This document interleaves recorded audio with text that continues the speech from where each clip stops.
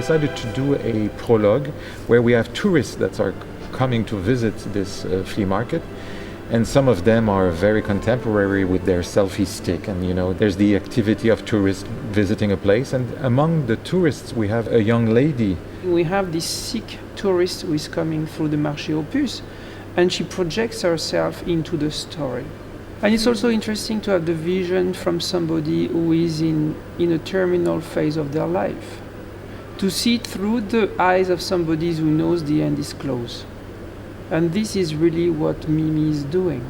We imagine that for her to come to the Marché aux Puces would be something interesting because we can't help but to imagine ourselves when we look at ourselves, for example, in a 200-year-old mirror, to imagine the past reflections that looked at themselves in that mirror.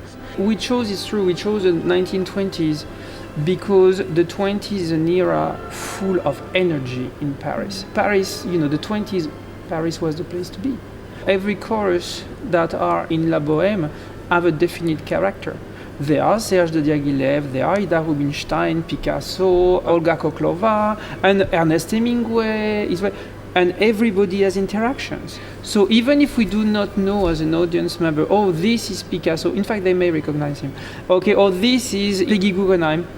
There is an interaction that was the Paris of the time. And during the production, whenever Mimi is on stage playing the story, we are in the 1920s. When she's off stage, we're in today's time. So she's bringing back the 1920s. People are looking for a sense of community again, which has been lost over the last few years. And Bohème shows us that as a group of friends who take care of each other, it's an interesting thing to see again. And there's a little bit of each of us in these characters. So the appeal of La Bohème is a musical appeal, a theatrical appeal, because it's really a masterpiece and a great introduction to the opera world, in fact. And you just want to see more of it, and that's the goal.